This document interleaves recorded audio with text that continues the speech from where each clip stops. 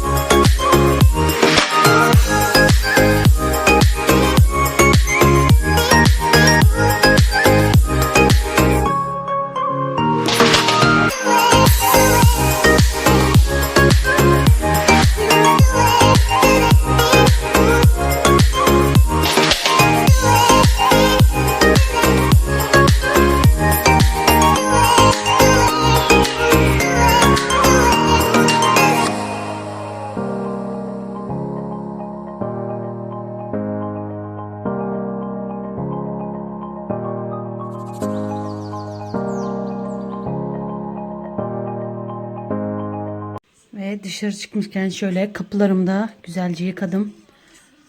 Gece yine fırtına vardı. Ve her yer çamur olmuş. Şöyle. Evet arkadaşlar, eşim işten geldi. Hatta biz şu anda Kilimli'ye geldik. Babamlar araba bakıyor. Onların yanına geldik. Benim eşim araba işinden anlıyor. O yüzden bizi çağırdılar. Biz de onların yanına geldik. Ben arabada bekliyorum. Onlar da şu an galeride.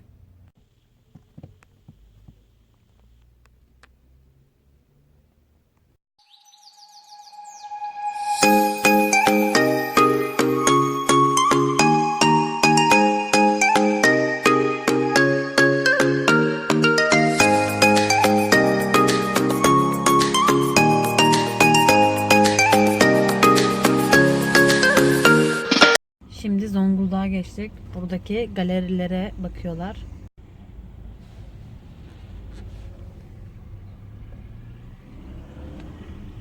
Biz eve geldik. Yemeğimizi yedik. Şimdi sıra buzdolabımızda. Şöyle göstereyim. Hafta sonu buzdolabı bozuldu. Ya daha doğrusu eski bir buzdolabı. Şöyle bir 7-10 yılı var. Yani yaz ayında da böyle bozulmuştu. Bu şekilde her şeyi böyle boşaltıyoruz. 3-4 gün kapağı açık, fişi çekili. Fişini çektik. Böyle bekletiyoruz. Yani buna şoklama diyormuşlar. Biz de şimdi şu köşelerini falan sileceğiz. Eşim öyle söyledi. Şu köşelerinde dedi kalıntılar varsa dedi tam kapanmıyor dedi. Şuralar tam yapışmıyormuş. O yüzden biz de şimdi güzelce bu köşelerini sileceğiz. Ondan sonra çalıştıracağız. Bugün 4. gün oldu. Hatta 4,5 gün oldu. Sabah çekmiştim. Şu an akşam. Bakalım inşallah çalışır.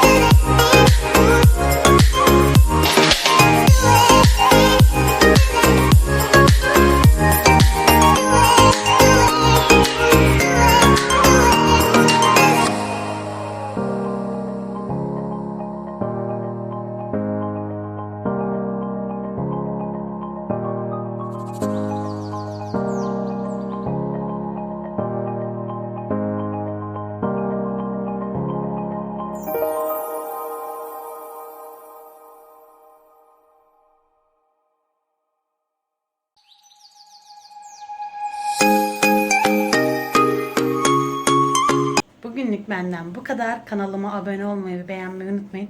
Hoşça kalın.